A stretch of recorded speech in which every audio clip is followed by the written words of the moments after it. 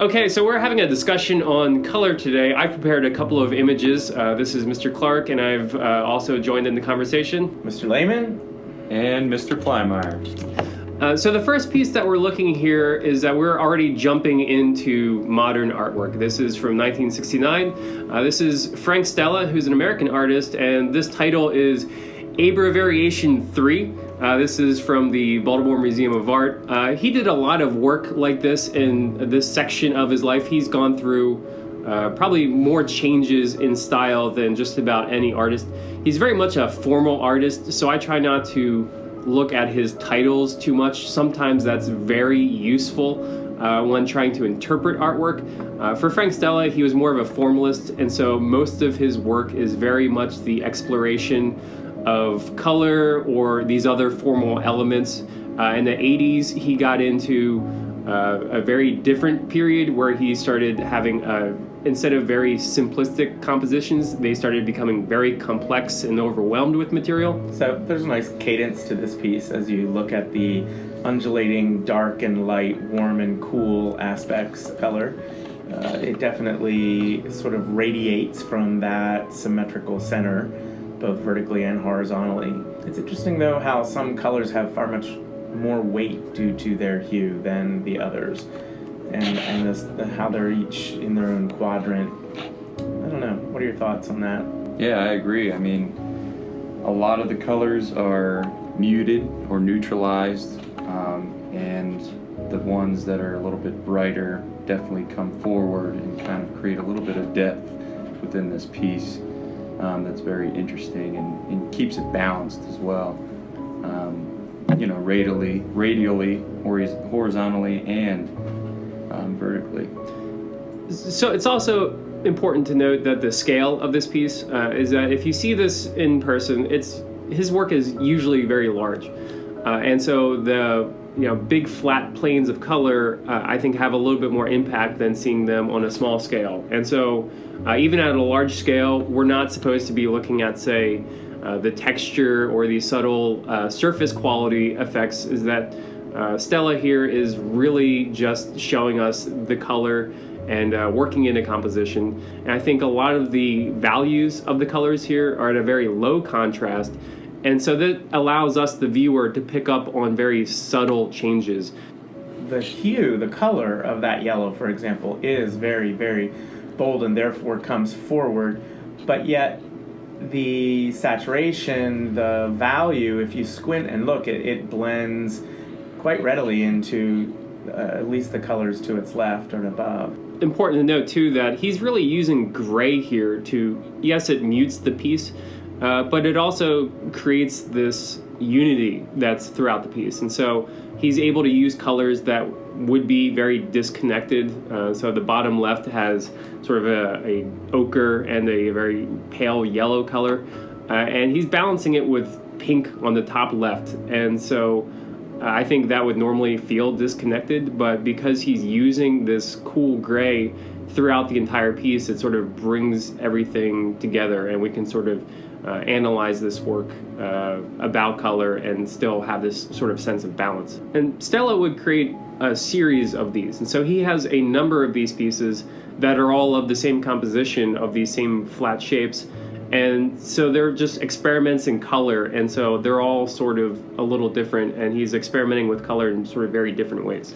I wanted to look at two pieces here. Is that both of these are by Giorgio Morandi, who is an Italian painter with still life, usually pretty small as well, to the size that I think most of us work on when we're at home in our studio, if we're just sort of experimenting. The first piece here is done in 1938, and this is earlier in his career. And so I thought it would be important to see how someone's color shifts throughout their career. It's interesting, as a Morandi, normally I think of his pieces as very tonal mixes, but this has so much more purity to the red and the blue in particular. And again, very dimensional in their overlapping and arrangement, but the color tends to flatten it with that red and blue in particular coming forward. Yeah, absolutely. And I'm, as an artist, using red in moderation is something you're thinking about because it's such a powerful color. And in this piece, he does that, but he's also, thinking about the earth tones, the siennas and the yellow ochres that are kind of tied to what that red color is doing to kind of balance it out a little bit more so it's not overpowering. And what Mr. Lehman said with the purity of the color in the blue and the right is really, really helping that balance out as well, so we're not so distracted by the red that's emphasized in the corner. It's almost like that blue over there kind of is eating that white vase that sits in front of it. I feel like it's coming almost in front of it, engulfing it in a way. Really using this idea of a subtractive shape. And so shapes can vary in complexity. And so this idea of that blue shape is very bold, and it's because it's working in this subtractive process of that yellow or the white bottle that's in it. And so it creates this negative shape within it. And an artist will often ask the viewer to enter a piece from the left. And I think because of that bottle is red, we are certainly doing that. So the second piece I want to look at jumps ahead in his career by almost 20 years. We are now looking at a piece in his mature stage of his career, still just a still life. Elected to go with a very limited palette, as many of his later pieces do, but also we still see that neutral, warm brown and coolness to some of those shadow areas. I think he's working from a toned surface, which means that he's covering the entire canvas with a solid color, a pale yellow and a blue together, and he's building everything off of that. Is that it creates this idea of unity. By putting that background in everything, it creates more of an atmospheric effect that I think we're seeing in that other piece. I think because there are fewer pieces here, it seems to be much more subtle, and the value shift here is also much more subtle. Compositionally, I would argue this is one of those is that you would encourage a student not to do, with everything floating in the middle, nothing going off an edge. But the division between the wall and the table, if you will, and the fact that on the right side it goes down that hill and it has that deeper shadow, and even the shadow from the large white vase going off on that side, it tends to pull you easily off that edge, even though none of the objects themselves literally break the edge. This piece is about color. It's about the simplicity and the calmness of these elements on the table. And I think he's gotten rid of all of the stuff that doesn't reinforce that. So in the other piece, we see a very busy composition. It has things going off the edge of the image. And it's much more considering the composition of the piece, whereas in this is more focused on the subtlety of the value and hue and color, and creating this atmospheric effect of the pieces in the center.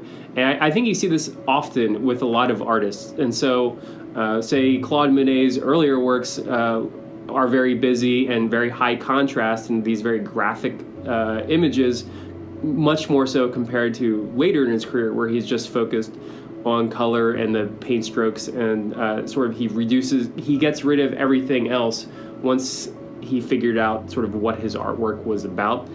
This piece is called Battle Scene from the comic opera of the Seafarer. I have no idea what attachment that has. This is made in 1923, and this is a painting.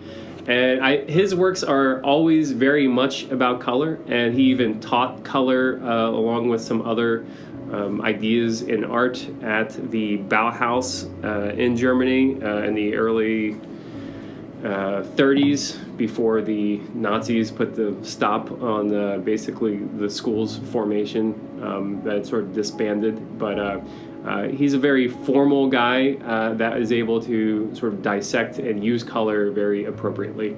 It's interesting. It seems almost academic the way he gridded the color in the background. Of course, focusing our attention with that light band, or seeming to create a beam of light sort of coming down through there and highlighting, much like it would be on the stage. Definitely really nice contrast with the cools and the warms. And there's a lot of, there's tints and shades being created. The tints, creating more emphasis and pushing the objects that we see forward, and then the shades kind of separating that figure and ground, which is really nice. And a really awesome formal decision. And also the more muted, cooler blues are kind of trying to distract from that bright red that's in the center. But overall creates a nice balance. It's not overwhelming, which I think the cool colors really add to the piece, kind of subduing it a lot more.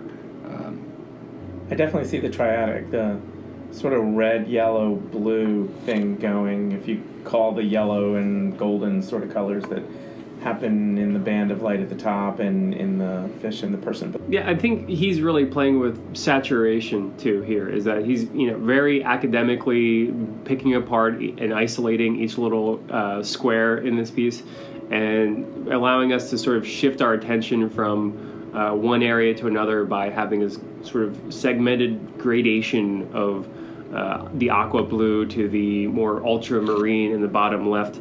And I think this allows them to really sharply put our focus at the sort of tip of the spear, where we're seeing the red magenta color at its most saturated. Once again, compositionally, he successfully achieves the center of interest being smack dab in the middle.